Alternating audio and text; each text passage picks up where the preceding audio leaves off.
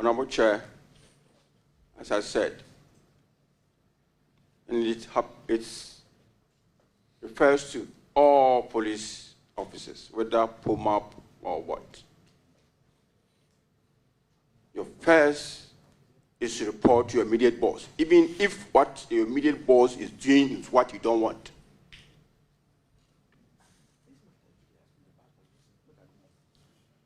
Just to remind you about the fact that you impressed me yesterday when you said you are a principled person. I will look into your face and tell you what I think is right. Whether you take it or you leave it, you like it or you don't like it, but that is me, and I'm happy to hear that. Who is your immediate boss? Because until 16th of September, I don't see you in Mufti. I still regard you as my commissioner until 16th of September. Who is your immediate boss? My immediate boss, as I speak now, is the Inspector General of Police, Dr. George Dampare.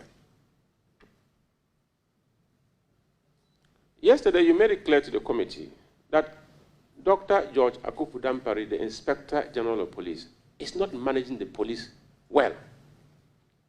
Have you ever had an opportunity to express this, either directly to him or at the police management board meeting?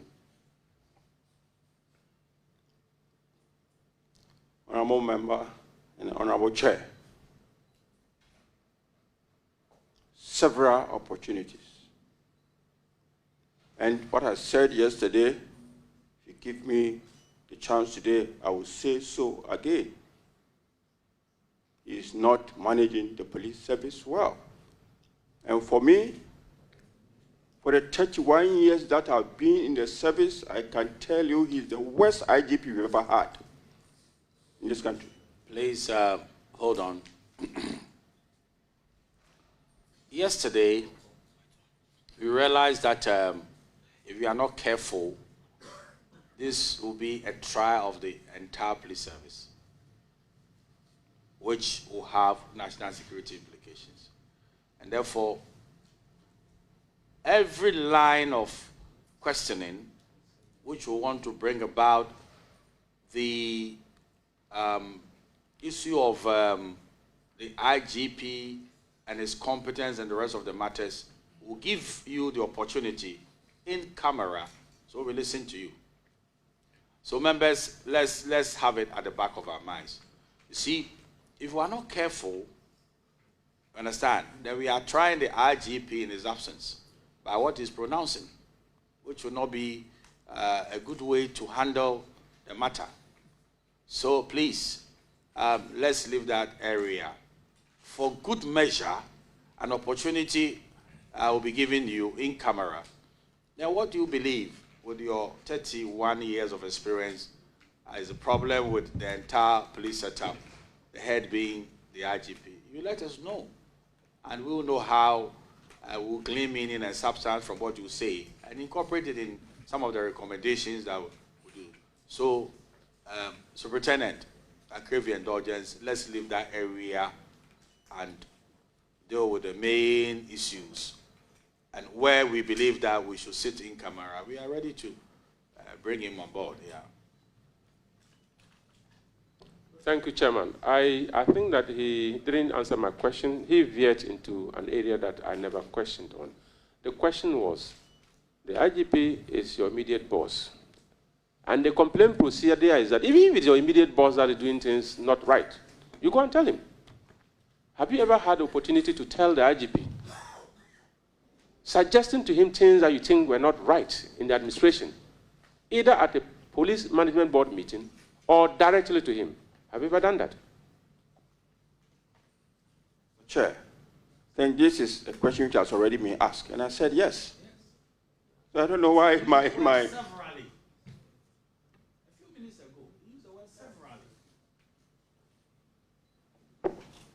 Thank you very much for the emphasis. To conclude, when your immediate boss refuses or fails to address your grievance, I'm sure there's a next step to take. What is that next step?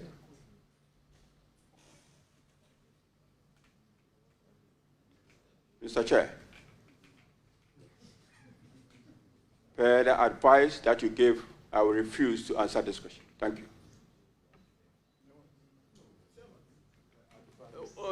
Chair, I think if care is not taken, this is a public hearing, but we need to exercise our discretion in the interest of the public so that very simple questions which can be answered must be answered. But right now, it looks like the situation has been created whereby the witness wants us to, have much of his testimony done in camera. That would also not serve the public interest. So, for instance, the question that was just posed, that's a very simple question. The public wants to know. The audio is out there. We must establish the justification for most of the things that were said on that audio through the witness to satisfy the test of the public to, know what really went on. But from every indication, I won't answer this. I will do it in camera. This is a public hearing. So we must balance, strike a balance. Very good balance we are trying to strike. Because you see, we should be mindful of one major thing here. That anything that will become a serious matter in the public domain via this engagement and will impinge on national security matters will not be proper. You see, I'm also, when he says that I won't answer, that is his right, you know that, counsel. It's not because of what I said. Because we can't force him to answer questions. But you take note of his silence or his refusal to answer a question and comment on it. But what is very important is that I don't want anybody to have an impression that, we are trying to aid the witness so that vital information that the public wants to consume, they will not have it. That is not what we are doing here. Because there's a lot of information that is in Jubilee House that the public is not having. A lot of information. There's also a lot of information with the bureaus that the public does not know. So it's not every information that is good for public consumption, measured against national security. But if a man is seated here and he says he won't answer the question, the committee will take notice of it. Because we as a members of the committee cannot compel him to answer questions. But you make note of that, his demeanor and the rest of it. We are all observing him. Yes, Chairman, I agree. But in the case of national security related matters and when they can be divulged, there is a procedure for, first of all, categorization and classification. So, for instance, a document can be marked as restricted, confidential, etc. There's a procedure. But in this case, there is a witness before the committee. And the basis for this whole exercise is a leaked audio, which is already out there.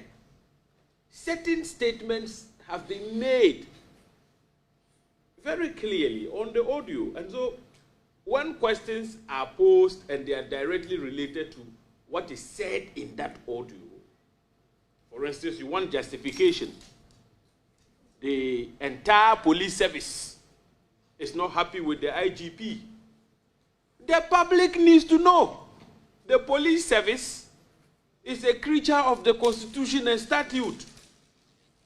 The people have an interest in how well the police administration, the police service is managed. So, if you come and sit here and make such an emphatic statement, we should not leave the public in doubt. They should know. They deserve to know. I don't think there is any national security dimension to management. The service is not well managed. It's out there. What is the justification? The public should not be denied access to the justification. If we do that, it would constitute a disservice to the public. They should know. The national security, if you start making certain revelations here, and the committee thinks that those revelations are sensitive, we'll stop you right there and say, this one, let's have it in camera. But to say...